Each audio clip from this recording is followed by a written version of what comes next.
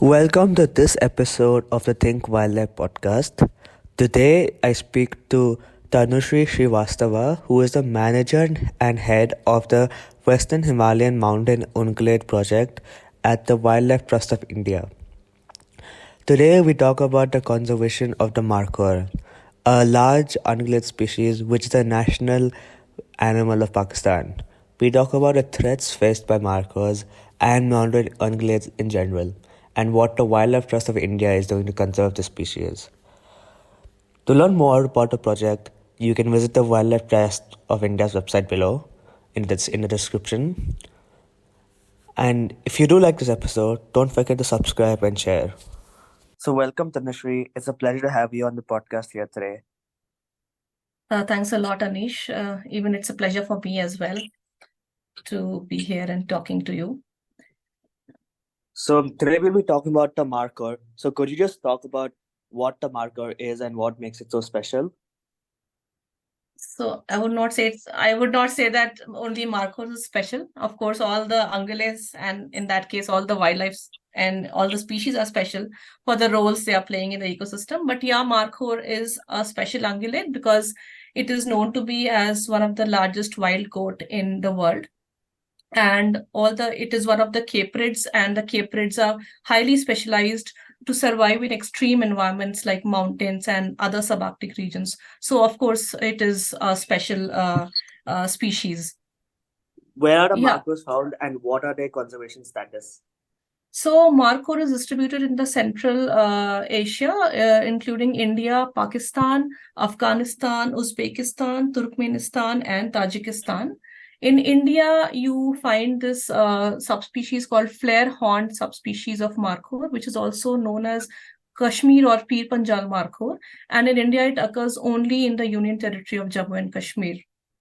And if we talk about the conservation status of the species, it is currently listed as threatened under the Indian Wildlife Protection Act 1972.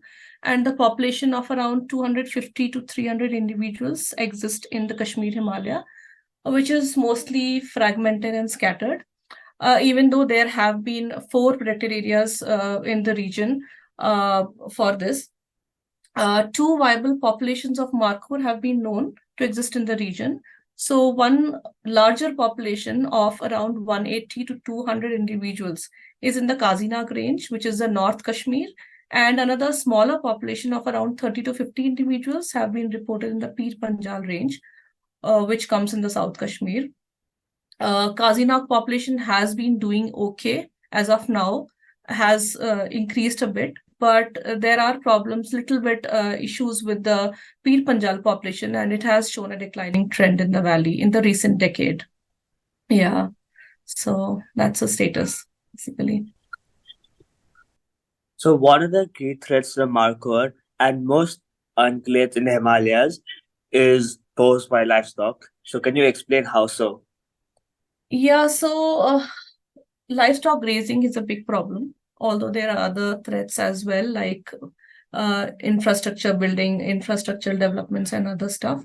But livestock herding has been a problem for ungulates in general, and in that case, mārkhor in the Kashmir Valley, because these landscapes are seasonal, and the resource availability in these areas are quite seasonal. And the usage of these resources is also very seasonal, either it is by wildlife or by humans. So livestock herding has been going on for hundreds of years now. But what has recently happened is that with the increase in population, human population, the population of humans as well as livestock has increased, and that has been posing a lot of pressure on the ungulate species in general. Livestock grazing exposes the wild ungulates to the risks of resource competition, which is both in terms of food and space, and the transmission of diseases from and to the wildlife. And depredation also happens, especially of the young ones, by the guard dogs that these livestock herders accompany. So overall, yeah, it is a problem. Livestock herding is a problem and has resulted in a decline in the population in Kashmir as well, in other parts of the country as well. Yeah. So how prevalent is the threat of human-wildlife conflict? for the markhor, and does competition with livestock influence this conflict? Well, I would not completely say call it a conflict, but it is more of an interaction. And the interaction between ungulates and livestock does have an impact on the resource availability of these ungulates. So it would not directly be a conflict, but there are threats like I already told you, that there can be disease transmission, there can be depredation of the young ones. So yes, it's there. I would not rather call it a conflict. Uh, the carnivores are more into conflict, but yeah, there is an interaction. There's a human-wildlife interaction in this case. Yeah. So, poaching was once a major threat to the markhor.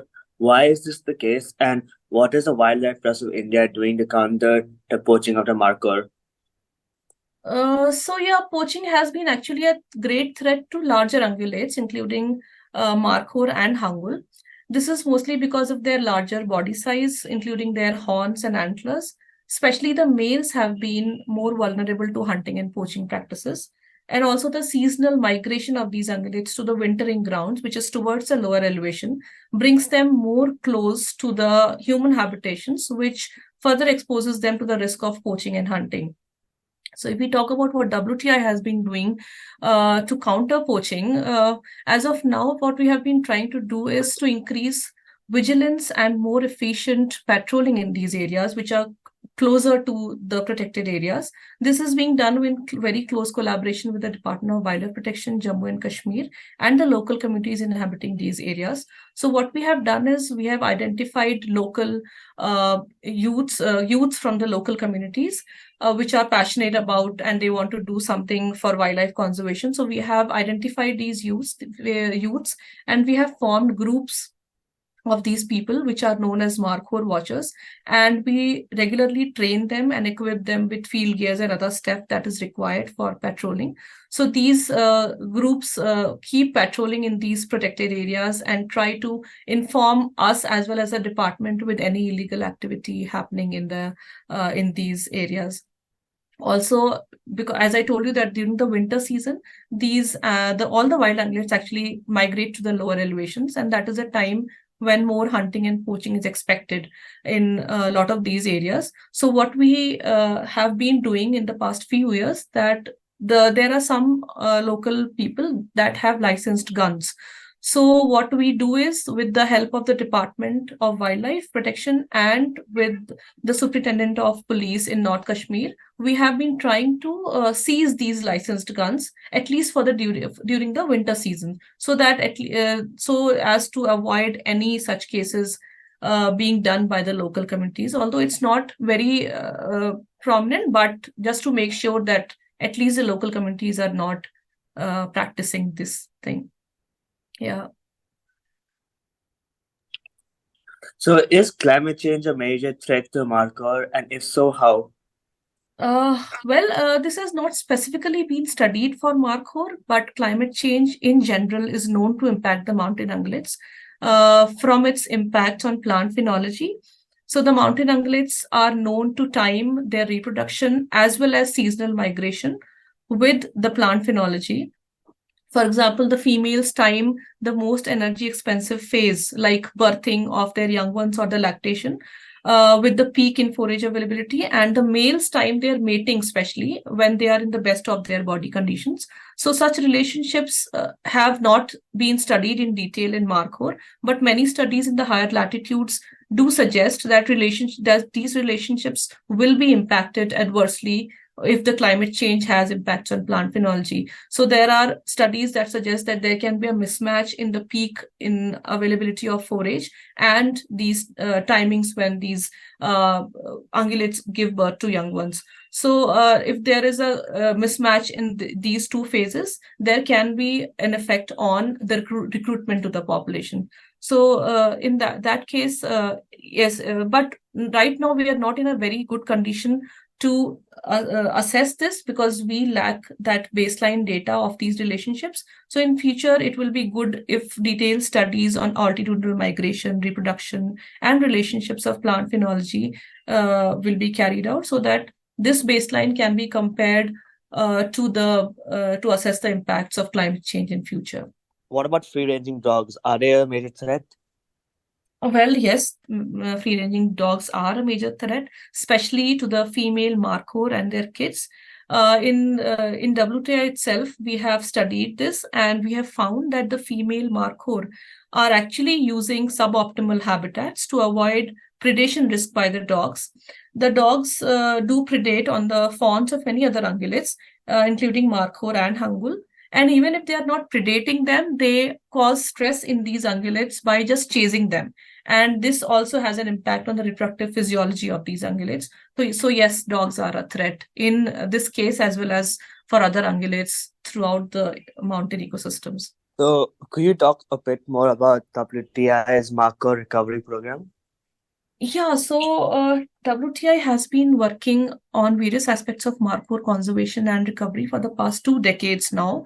We started our first survey in 2004, and it's almost been 2 decades now. So since then, we have been working to assess the status of markhor population by carrying out regular population estimation surveys. Almost every 2 years, we are doing it. And we have also identified critical habitats within the protected areas in the Kazinag as well as Pir Panjal range, where these two viable populations are known to be present. Throughout the Kashmir Valley, what we have done is we have identified the suitable habitats so that there can be these areas can be there can be more efforts put in to protect these areas during the critical times of the year or when there is a lot of disturbance.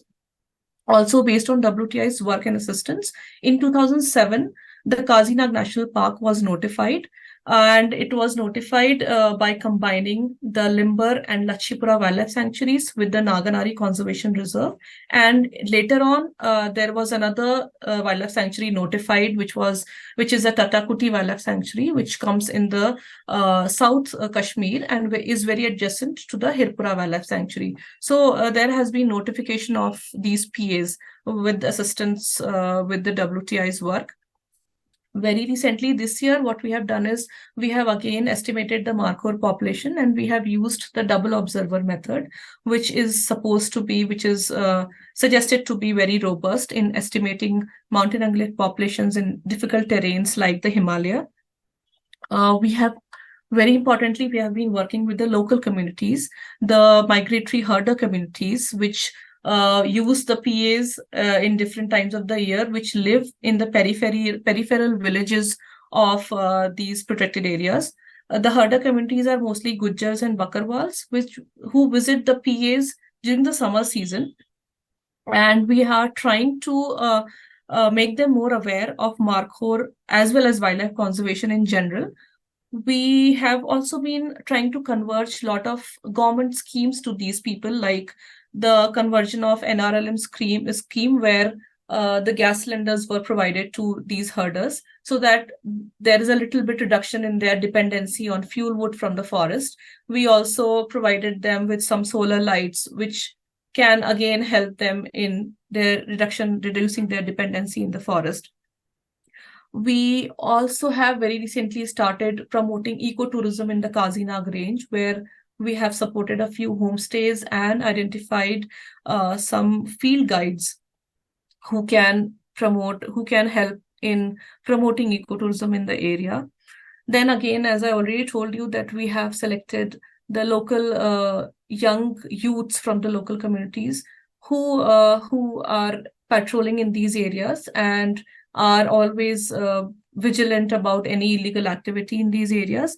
This, we think, would increase a sense of ownership and responsibility among the local communities so that they actively participate in the conservation process of markhor as well as other communities. Also, we have been organizing capacity building programs for the frontline staff as well as the local communities to train them to monitor and patrol these areas efficiently and get better updates on the status of the species. Recently what we did was, as an outreach program, we also conducted a walkathon, which was a UT level event with the Department of Wildlife Protection. And here more than 3,000 participants were there, including students from schools and colleges. Army people were there, a lot of other departments. So it was a very nice event to tell people and to make them aware of the species that are present in the UT, including mārkhor, hangul, and a lot of other species which are very less known, yeah. So that is something we have been doing in all these years. So, what have been some of the greatest challenges you have faced in your marker conservation programs, and what do you think is the way forward to improve marker conservation? Yeah, so very big challenge has been the construction of linear infrastructure, especially the construction of roads, which is happening in the south Kashmir, especially in the Hirpura, in the areas around the Hirpura Wildlife Sanctuary. So there, this road called Mughal Road has come up. It was already there, but now it is a metal road, and this has actually made the area more accessible and easy to be reached for these livestock herders, which has increased a lot of pressure on the Pir Panjal population of Markhor. With the coming of this road, there are construction of power lines, high tension power lines, and also because this area is a border area, so there are a lot of areas which we are not able to sample just because of the security reasons, and we are restricted to sample those areas. Though we know that there would be a better population of Markhor in these areas, but of course we can't. Although my army has been supportive and they have been giving permits to us for monitoring these areas, but still there are areas which we are not allowed to access. So these are some of the challenges that we have been facing while our recovery program. Yeah. And how can individuals contribute to the marker recovery program and marker conservation as a whole? Well, individuals, I would say, it depends on the profile. If anybody wants to contribute to Markhor conservation at an individual level, they can personally make people aware. They can post on social media. They can have some social media campaigns, depending on your profile. And I mean, if these are departments, schools and colleges, if want to do this, they can have awareness programs, certain outreach programs. We can help them if needed. We always keep doing these programs. We try to have these awareness programs for students. So I think it depends. It depends on where you are placed, I guess. So that is the final question I had for you today. Thank you so much for your time. It was a pleasure speaking to you.